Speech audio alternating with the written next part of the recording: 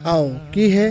প্ৰথমতে সকলোলৈকে ইংৰাজী নৱবৰ্ষৰ আন্তৰিক শুভেচ্ছা জ্ঞাপন কৰিছোঁ আৰু মই আজি উপস্থিত আছোঁ নলবাৰী জিলাৰ বৰবাগ অঞ্চলৰ অন্তৰ্গত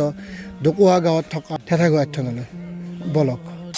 শ্ৰী কৃষ্ণক নয়ন ভৰি চাওঁ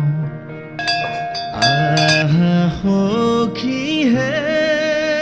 খুৰা ইয়াত যে আপোনাৰ ইমান মানুহৰ সমাগম হৈ থাকে এই মন্দিৰটো কিয় আৰু কিহৰ কাৰণে বিখ্যাত মন্দিৰ নহয় আচলতে এখন থান থানখনৰ নাম হ'ল থেথা গোহাঁই থান থেথা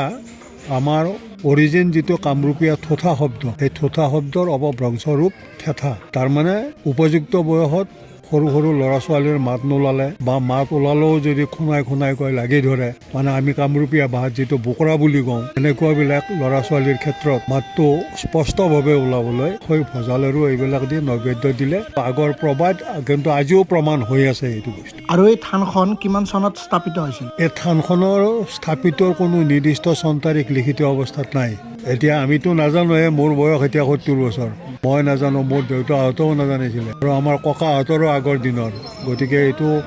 আনুমানিক কেতিয়া স্থাপিত সেইটো ক'ব পৰা নাযায় কিন্তু কেইবাশ বছৰ হ'ল এইটো ক'ব পৰা যায়